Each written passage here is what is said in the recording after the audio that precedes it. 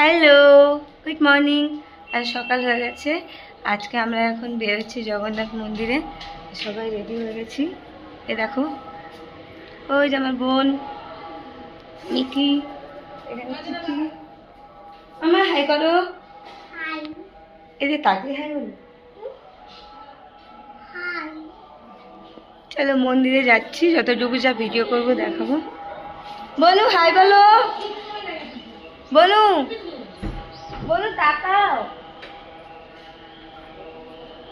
বেরোচ্ছি মন্দির, বেরিয়ে গেছি রাস্তায়, হোটেল থেকে বেরোচ্ছি, রাস্তায় বেরিয়ে গেছি। সবাই আসছে, দাঁড়াও দেখাবো সবাইকে।